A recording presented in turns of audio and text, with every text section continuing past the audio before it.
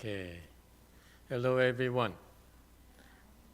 This weekend is Thanksgiving weekend in the United States. So happy Thanksgiving, everyone.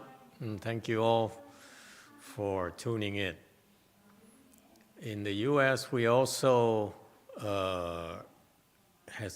is it legal to have religious gatherings? I understand it's legal now. Thank you, Dick.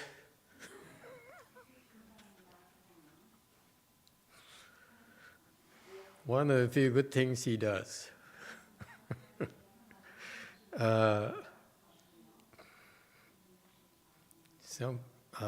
So for today's talk, we try to see if we can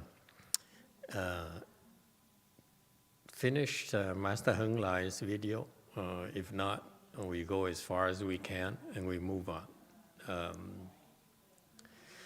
And there's an online question, but before that, let me ask you. For worldly people, how do you gauge your success? How do you measure your success in the world? If you give me one measurement, what would it be? Okay, you're too slow for me. Must be all the turkey is still in your stomach.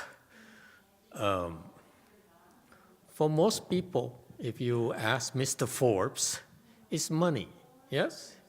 How much money you have? No, not for you, Brady. Yes, Green. What is success then? How do you measure success? Let's talk turkey. Let's not beat around the bush. How do you measure success?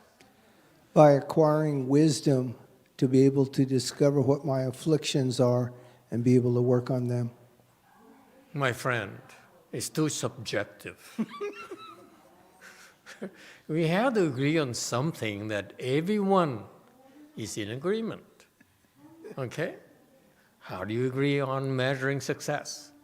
Wisdom is too personal.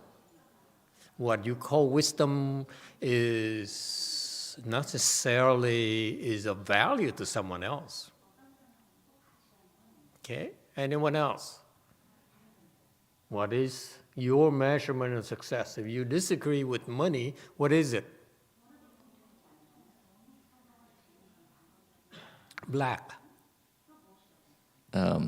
Living the American dream. Living the mega dream. That's what most people would But go that after. requires money. Yeah, the house, family, and Right, that's good money. job. Yes. Bottom line is money. Right?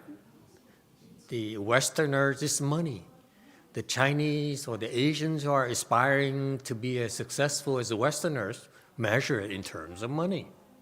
No longer ideals, no longer philosophy.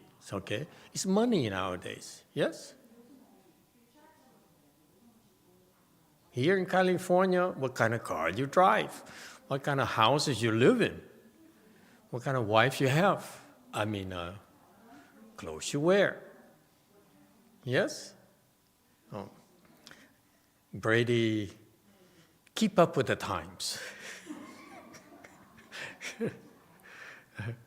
Okay, in our world, how do you measure success? Brady again. Seriously, probably being able to cope better with life, people, and society, not getting angry, being able to work day to day and find joy in everyday life without wanting everything.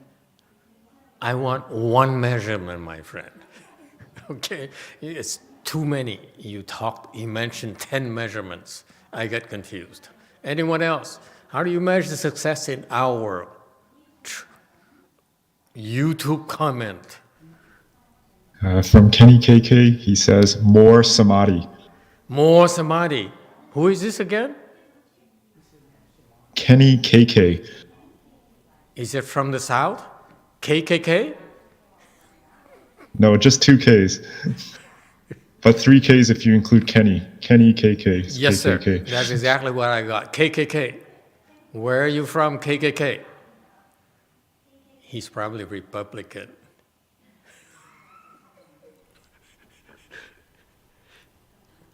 Okay. Thank you. Absolutely. In our world, the only measurements of success is samadhi. What is your samadhi level? Okay? It trumps everything else. Well, let's not use that word.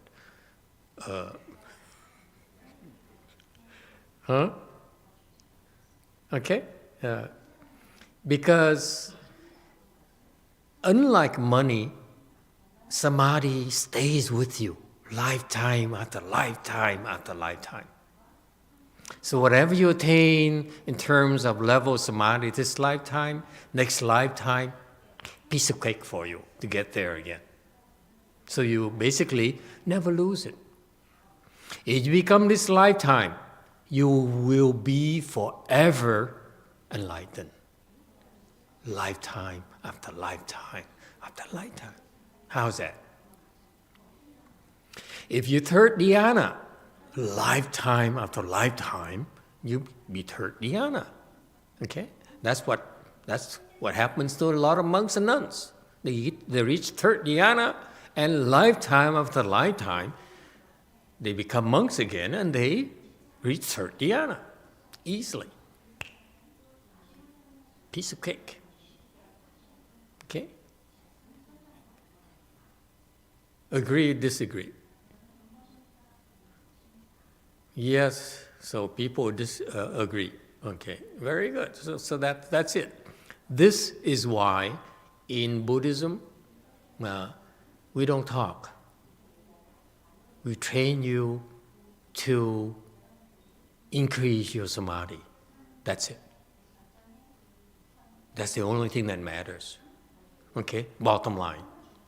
Okay, of course there's a lot more going on behind it. You want the proper preparation so that your samadhi will unfold the proper wisdom, if you will. If you have samadhi and you're wrong, it can unfold the wrong wisdom, which is not beneficial for you.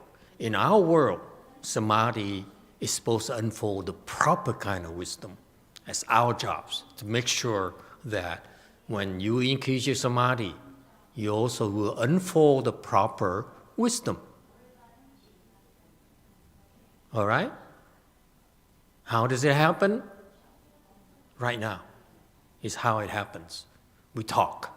We give you Dharma talks so that you have the proper perspective.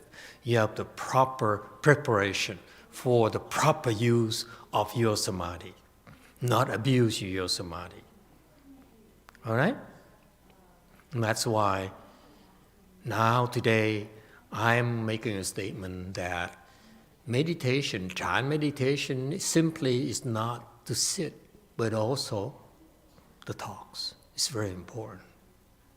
Okay?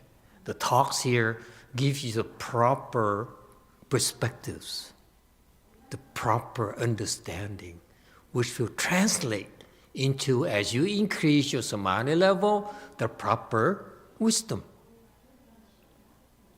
That's critical. Otherwise, there's no point in getting samadhis at all. Samadhi is just a means to an end. Like Brady said earlier, the objective is to have wisdom, ultimately, the proper wisdom. If you have the wrong wisdom, the improper wisdom, then you will not become enlightened. Enlightenment is a proper wisdom. It's a proper samadhi. It's a proper development of the proper samadhi. That's why Mahayana is called proper Buddhism. Okay? The proper Buddha Dharma. Questions or comments? And in your development of your samadhi, this one thing is going to happen naturally. And that pertains to this question online. Okay? I was thinking about this morning. I was thinking, should we continue the video or not? I said, well, it's the end of the year, and I want to finish things, wrap things up so that we can move on next year. So, how much more time do you have on this video that's left? 50 or 15? Oh my God, that much? You better hurry up then. Okay, so it's an online question here. You know what is a paradox? Let me read it for you. My ego is looking for a way to escape death and prevent annihilation. So I came to Buddhism. Now, Buddhism says that the ego has to die. How about that? His very search to survive leads to its death. Who is it from? Don't mention names. Just mention somewhere in the world is good enough. Clearly, it's not Rosemead, California. Okay? We don't worry about mundane things like this. Okay. So yes, but what if I take to be me now is extinguish what remains? How do I get there? How do I stop the ego from functioning? Ego sometimes is capitalized, sometimes it's not. So it's only one page here? Okay, very good. You got the question? Okay? Yes. As your samadhi increases, eventually the ego is killed. It not dies. It's killed. Okay? Our Chan training will teach you, will help you how to kill your ego. So you become a killer. That's why I call my Sanghas samurais and ninjas. They learn to kill the ego, not people. NSA, CIA, FBI, please give me a break. We're not jihadists. We just talk. It's really harmless. We only kill our ego. We don't kill others. We don't harm others. Okay? Is that clear? If you're here to learn how to harm others, you're at the wrong place.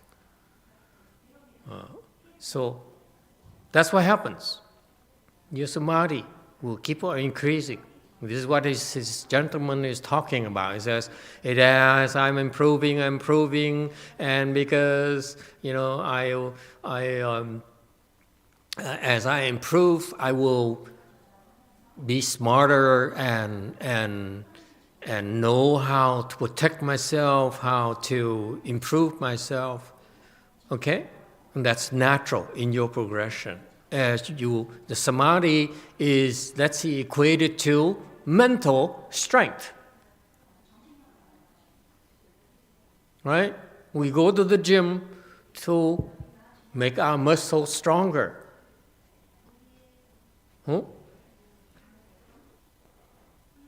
Talk to Arnold. And you go to practice meditation to make your mental muscles stronger.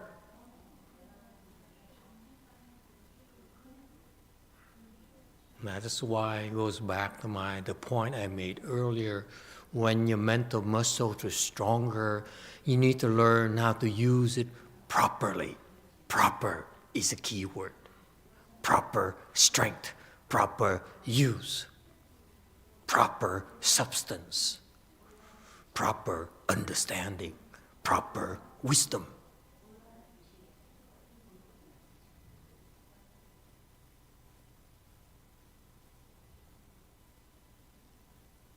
All right? So you get stronger, your mind gets stronger and stronger and stronger. That reinforces the ego, like it or not. Right? So if you practice the improper meditation, what happens? the ego will never die. It only gets stronger. But if you practice proper meditation, like Chan meditation, like Buddhist meditation, Hinayana meditation or Mahayana meditation, they have the same process, similar process where eventually as your samadhi increases, we reach a point where the ego becomes threatened. Initially, the ego says, yes, let's improve ourselves and become stronger and let's get smarter and faster and all those things, okay? Mentally. But we reach a point where the ego says, wait a minute, now I am threatened. Okay? It was fun so far until now I feel threatened.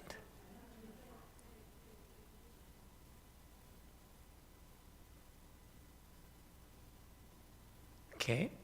And so initially, the ego searches, this very search here, to improve itself, to become stronger, to be smarter, to be faster, to be sharper. Okay? But eventually it will be faced with its own demise in order to continue to progress. So far so good?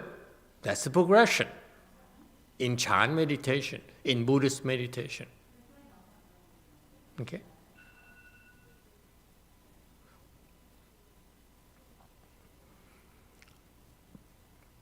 So the question here seems to be, if I kill myself, what is there? What is left?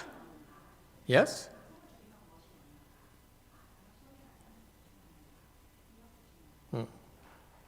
If your ego dies, what's left?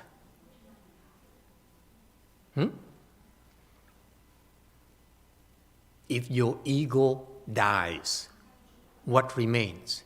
Yes, orange, red, pink. This light is so bright, it messes up my color perception. Yes, pink. Master, the true mind, you were talking about that last week, I believe. That's right. True mind remains. The ego, your ego is your what is called in Buddhism the false mind. Okay? The ego is false. Whatever you think of yourself is false. If you think of yourself as rich, that's false. Okay? Listen. You may be rich right now, it's only temporary. Eventually, you have to die. Then the money doesn't matter anymore. Right? So that ego, that richness is only temporary. So that's because whatever is false must die, must disappear, must return to dust. And that's why when you reach a point in your spiritual progress, okay, and I'm not claiming a Chan meditation is the only way. There's many ways. Okay? But the natural progression you should know for yourself. When you pursue the spiritual practices, whether it's Chan, whether it's Tantras, whether it's Pure Land Buddhism, or whether it's praying to Jesus, whatever, eventually you have to face with the destruction of your false self. The ego is called in Buddhism a false self. Okay? The false self will be destroyed. And then after the false self is destroyed, the only thing that remains is the true self. Okay? Eventually. This is where the Hinayana don't understand. After the false self is destroyed, the true self still has to be established. Okay, and only for the record, only Mahayana knows how to establish the true self. Okay, so be careful. What remains is not the true self. What after the ego dies, now the Mahayana people have a chance to help you establish your own true self. Is that clear? It's not that simple. Okay? Don't say that after you say, oh, my ego just died and now I have my true self. No, it's not the case. After the ego dies, it's still a lot more work for you to discover your true identity. And that's true happiness. The true self is truly happy.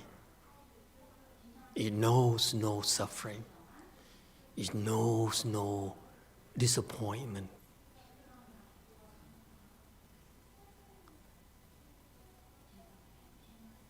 Okay?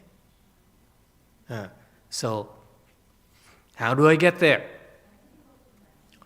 How do we stop the ego from functioning? Okay?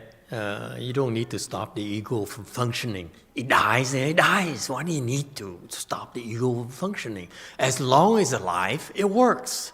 After you kill it,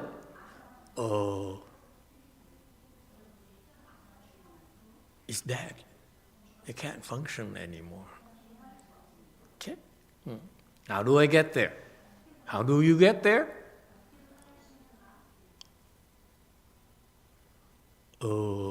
I don't know. Let's see. Who knows how to get there? Yes, Pink. Master, don't quit. Don't quit. That's what you taught 1 week. Don't quit. Keep going. All the tests that come. When I was a novice at my master's Chinese temple, okay, I went to Canada at their Avatamsaka monastery because I was a bad boy. So I had to be punished. I shouldn't be that proud of it, but I find it funny.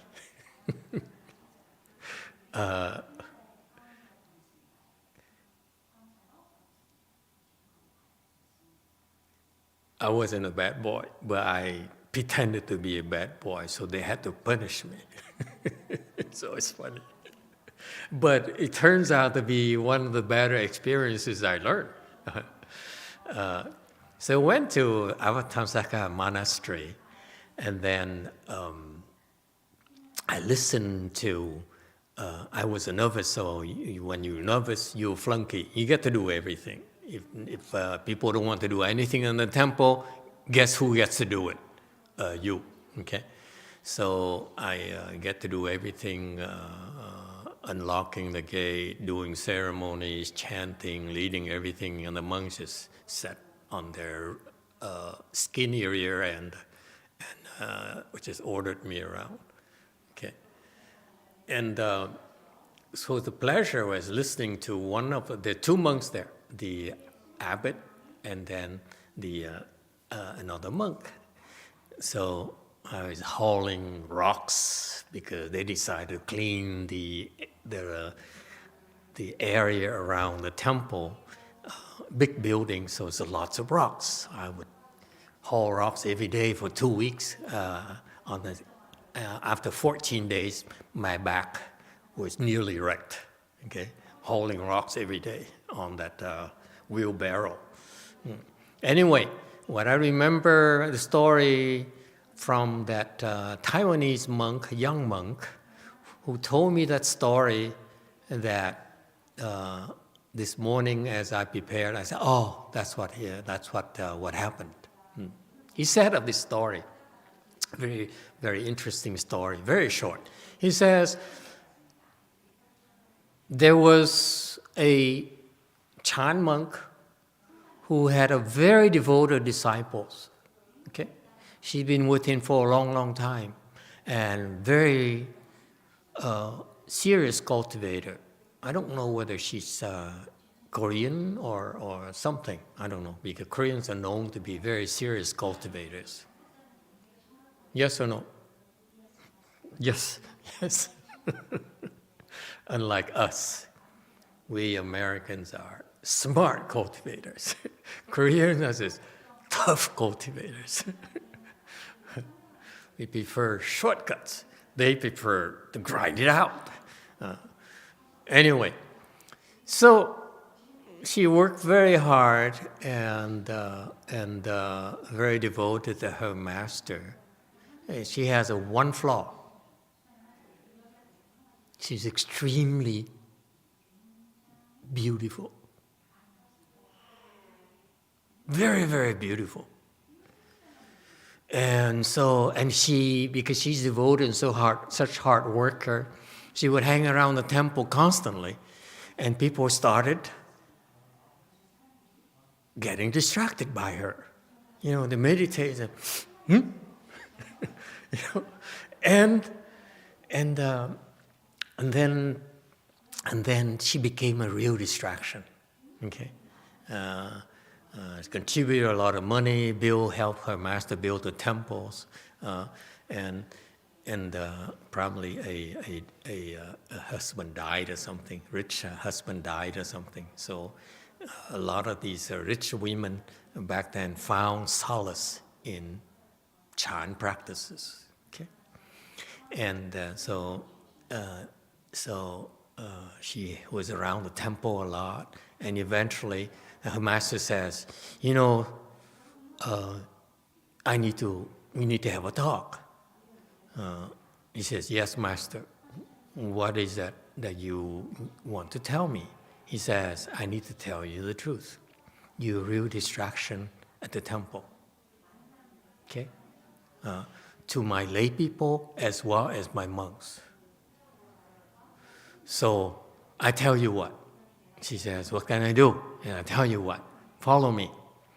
So he took her to in front of a cauldron, a big cauldron of oil, like the kind that you monks will find in the hells when you die, nuns too. Okay, we're destined to go to the hells. Okay, at the rate we're going. It's a well-kept secret. The monks and nuns are supposed to go to the hells eventually, because we screw up so royally. So you better think twice, my friend, about shaving your head. Okay? Monks and nuns' future is very, very, very cloudy. Not good prospects for us. Anyway, so, and when the monks and nuns go to the hells, they usually end up being cooked in those huge vats of oil, burning oil. So we brought her in front of this huge vat of burning oil. He says, jump. And guess what? She jumped. No hesitation. And guess what? When I heard that story, I said, oh my God. What would you say? What would you think? I asked you. I will tell you. Can I share you what I thought? I said, oh my God. I hoped that she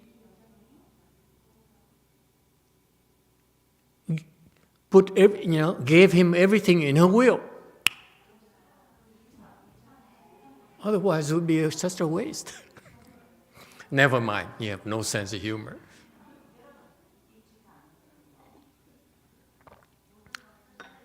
So anyway, she jumped and she died.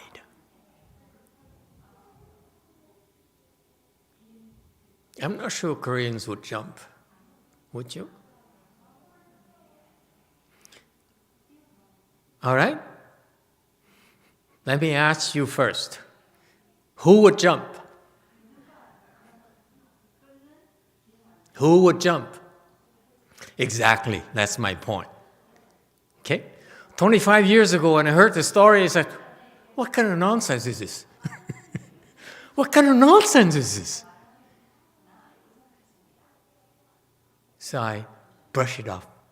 But it's kind of odd story stuck in my mind for 25 years. I said, I don't get it. And, gotta be Korean, gotta be Chinese. I'm Vietnamese, I would never do that. Who would do that? See, Vietnamese, Korean, Quảng Đông人, Greek, China, okay, yeah. G.I. Joe,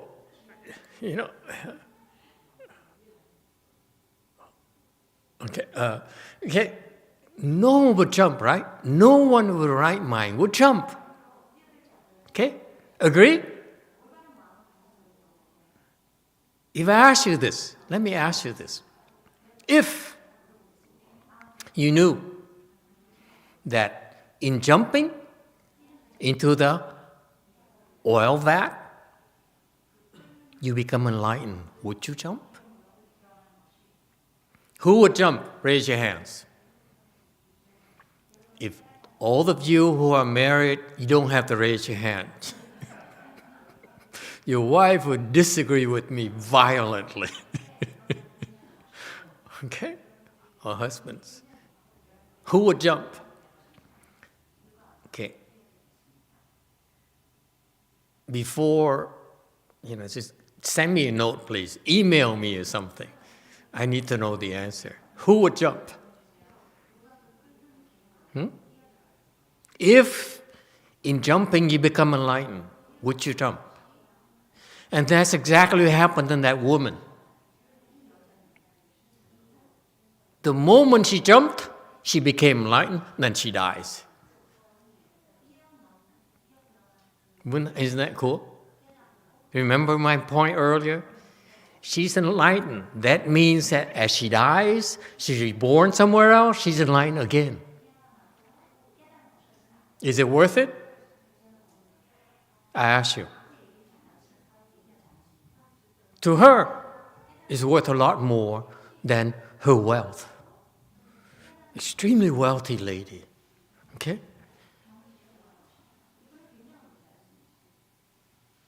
She loses that wealth, but she gains enlightenment. Lifetime after lifetime, forever. Is it worth it?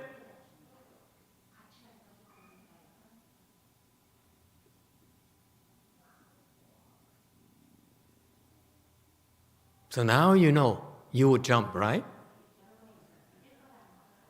Okay, assuming that we will not tell anyone, including your wives and your husbands. Who would jump? Raise your hands, please. I'm curious now. Who would jump? No one would jump. See? Yeah.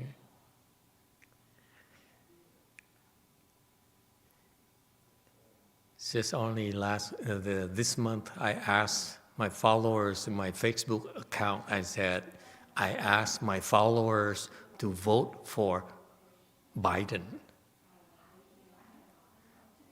And this is the last time I talk about this, because this is the end of the year and the election is over, okay? And some of you weren't planning on voting for Biden, but changed their minds and voted for Biden. And some of you refused because you felt that Massa is wrong, Biden picked on the Vietnamese, Biden would increase tax rates, and so forth, and whatever the reasons. Okay? You know what it means? Those people who did not vote for Biden as I asked failed the test. It's not about politics. It's about how do you get there. You get there, you kill the ego not by understanding, by doing, by taking a knife and stick it, right? Killing, it requires a killing act, right? Right? Take a knife and stick it. And if you even refuse to follow the advice, how are you going to become enlightened? How are you going to be able to kill yourself? You kill the ego by doing. Doing what? By doing the right thing at the right time. It's not something that you're supposed to understand. It's by jumping at that moment. See that?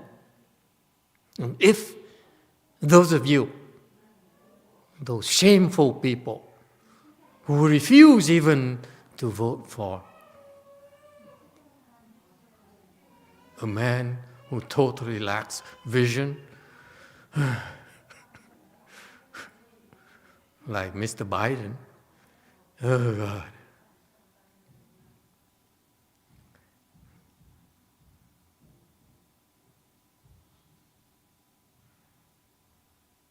Yes, Black.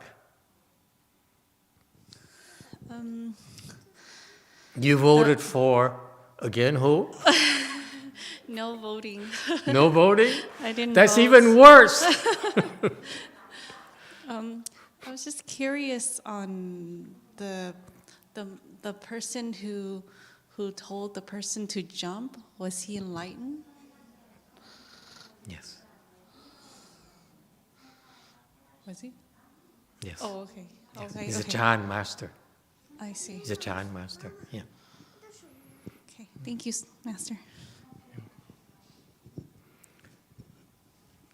Okay. So you don't, back then I didn't understand. For him to get her to jump, it takes both for that to happen. It takes that woman, that lady, to trust her master, right? And it always takes the master to know when to tell her to do it. Right?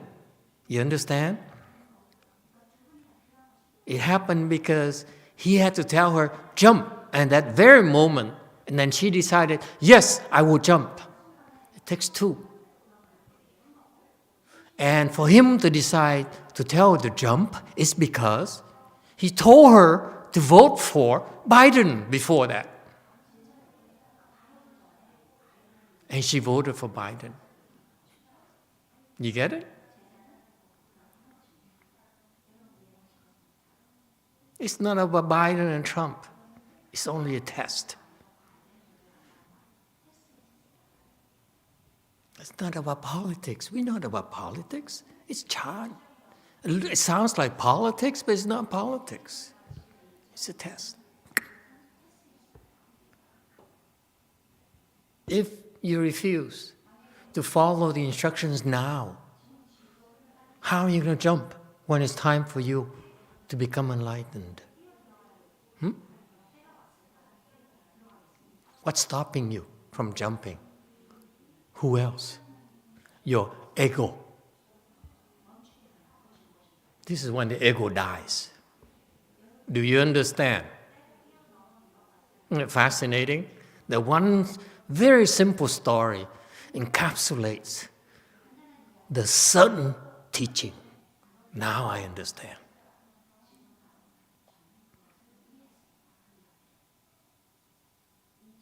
Right there, she became enlightened. When she leaped, she became enlightened immediately.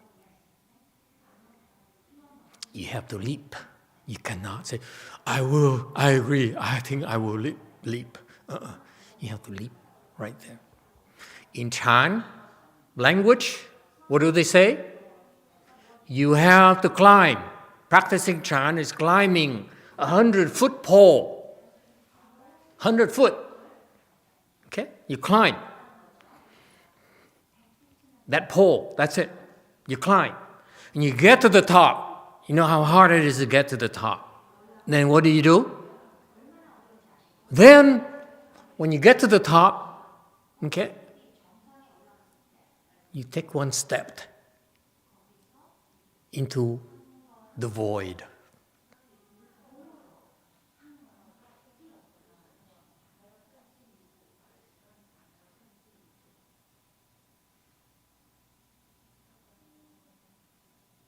And that's what's clever is that lady, how can she climb 100-foot pole now? No muscles. How can she climb? Right?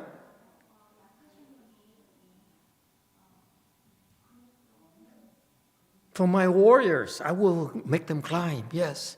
And if they fall down, we whip them. But for that beautiful, sweet, devoted lady, how can we make her climb? It's so cruel, so uncool. So we make them leap. All right, does it help? Yes, questions. It doesn't look like we can ever finish this video. Yes, Black Key, go ahead.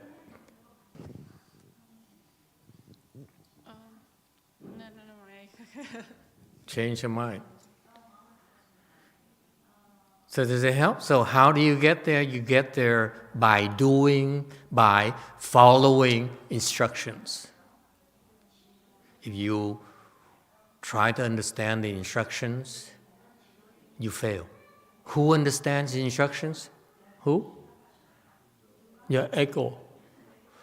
You don't need to understand. You don't need to be smart. You just have to do at the right time. That's all.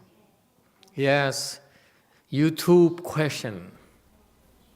This question is from Jesus. Is there yet sexual desire when the ego dies? Is there what? Is there sexual desire when the ego dies? No.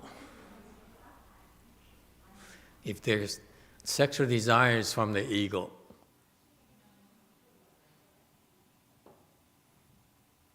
without the ego, there's no sexual desire.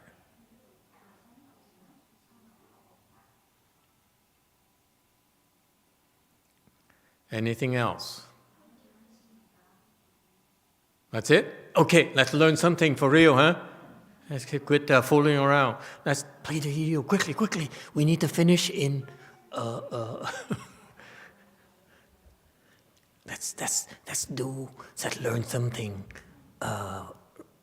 for real, something real instead of all this crap I gave you. What happened? No video?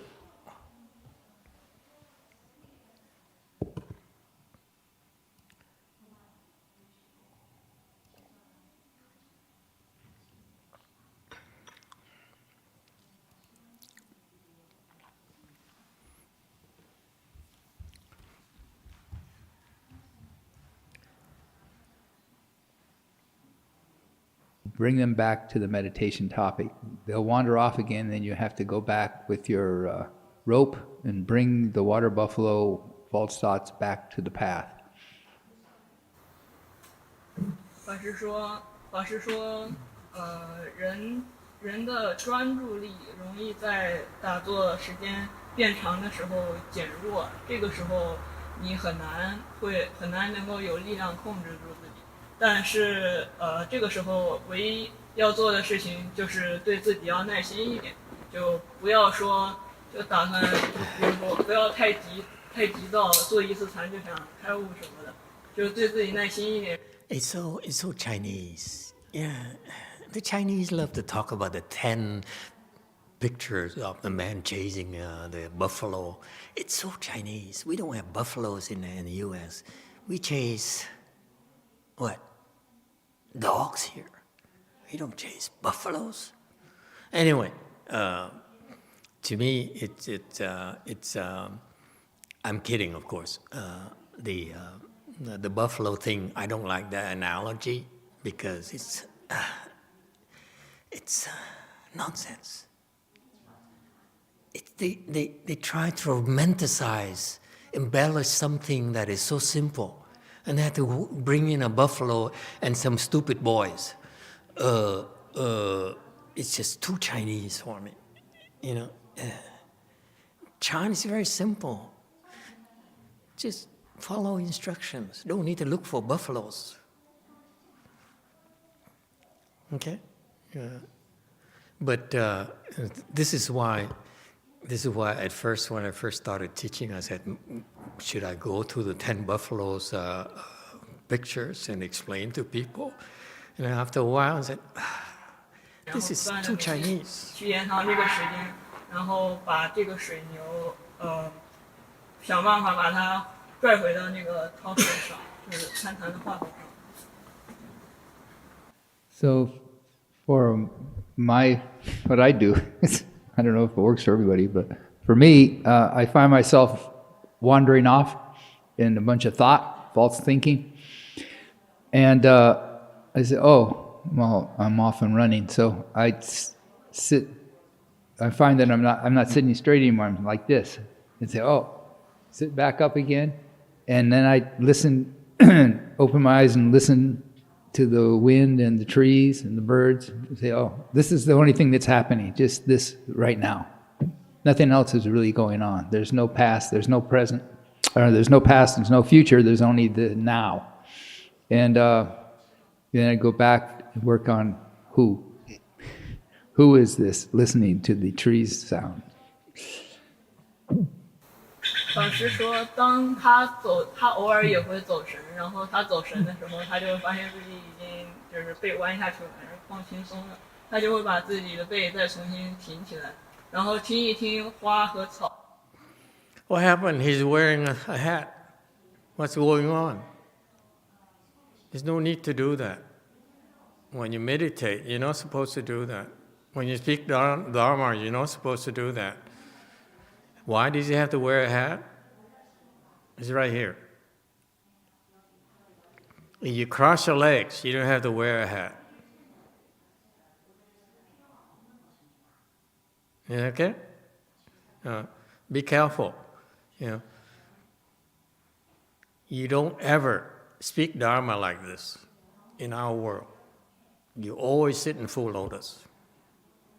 When you speak Dharma, you have to be in full lotus if you can. Unless you stand up, it's okay. Okay? But for your level, and clearly, he's wearing a hat because his head is cold. Okay? If this is the case, he should have crossed his legs. Then it won't be cold anymore. Okay? Pay attention.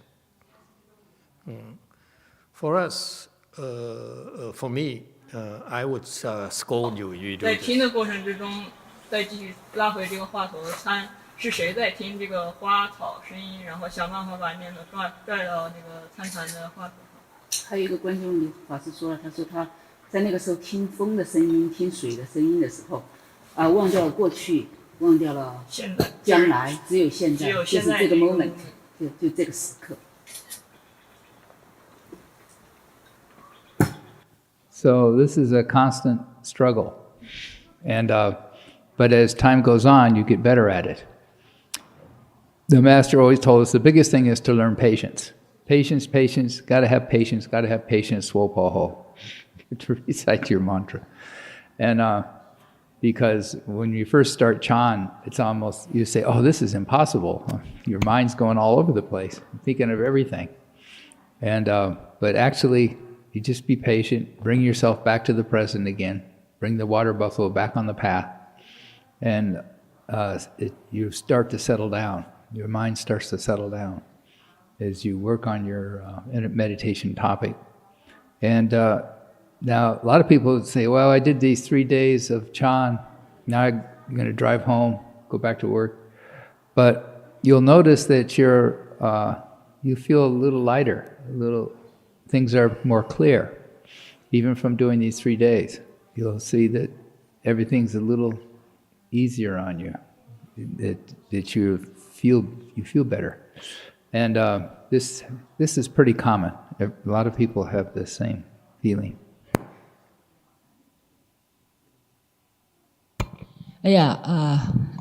法师说了，他说，这种 struggle 就是这种斗争呐，叫做。I was in Chicago 20 years ago, and in January, and it was like -5 degrees outside. And very windy. Chicago is a windy city. The wind is blowing ferociously. So I had to walk outside because our host who invited us over to teach meditation, a disciple of Thich Nhat Hanh. This is 20 years ago. Took us around to show the various temples, various places. And there's this Hindu temple, and we had to walk and walk. Baha'i temple, beautiful Baha'i temple. We had to walk and walk and walk. And it was very cold. And I had one thermal dressed like this, and thermals, that's it. One layer thermal, regular thermal, and like this, walking out. And the one thing I didn't do was to wear thermals in my legs. I normally don't like to wear thermals in my legs because when you meditate, it's too thick. Around the knees, it's just too thick. It's very uncomfortable. So, but that day I knew the word would take me around, and it's very windy outside, so I would wear thermals. And then I also did one thing I normally don't do, is to wear socks. I wore socks. Okay? And our Sangha shoes, it's open. Our Sangha shoes are open. So I was walking around like that on the outside. And of course, no hat.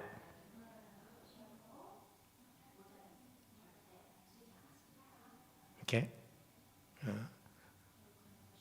My point here is that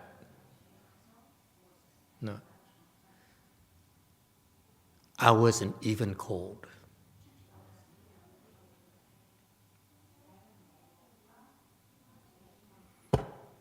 And at that time, my Samadhi level was very low as well, to be honest with you.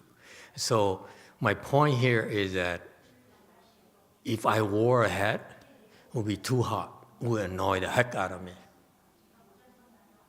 The reason we don't do these things because it's too hot for us. It's way too hot for us. To wear something on our head, it's too hot. Okay? Maybe he's sick or something. If you're sick, I understand. But 就纠结的话是经常性的，所以说主要还是要就是说忍耐。说以前那个宣化上人给了他们一首偈颂，叫忍耐，忍耐，再忍耐。说不后。我觉得这里应该是有耐心的意思。他说参禅是一个长时间的过程，所以你要对自己有耐心，这是失败了，下次再来。然后那个还讲到就是说，虽然只有2天半，3天打禅，但是的话，你回去以后，你会觉得你身体会轻一些了，然后头脑子会更清晰一些。Okay, time is up. So I'm afraid that we have to leave it here and stop it here. Okay, goodbye, Master. This is it for the end of the year. This is it for our regular chant classes. This afternoon we're beginning our Fuqi, and people are getting ready for that. We'll be reciting the Buddha's name for 7 days in a row, seeking to go to the Pure Land, rebirth to the Pure Land, or help people get rebirth to the Pure Land as well. Okay? In fact, in our Pure Land practice is to help others get to the Pure Land. Okay, so we'll be suspending our regular chant classes for the next 10 weeks. All right. We'll after the Fo Chi next Saturday morning would be the end of the Fo Chi, so there will be no more chant classes. But after that, we suspend everything. We stop everything and do the Fo Chi for 1 week, and then do a Chan Chi for 9 weeks. So if you wish to meditate, you're welcome to join us at any time during the Chan Chi. And during the day, we will be sitting and sitting and sitting. That's all we do. And then in the evening, on the weekends, we'll be lecturing on sutras. On Saturday nights and then Sunday nights will be sutra lectures from 7:20 to 9:20, I believe. Yes? And then on weekdays, weeknights, instructional talks would be from what time? 8:30 to 9:30. Huh? We changed our schedule again? I'm always the last person to know these things.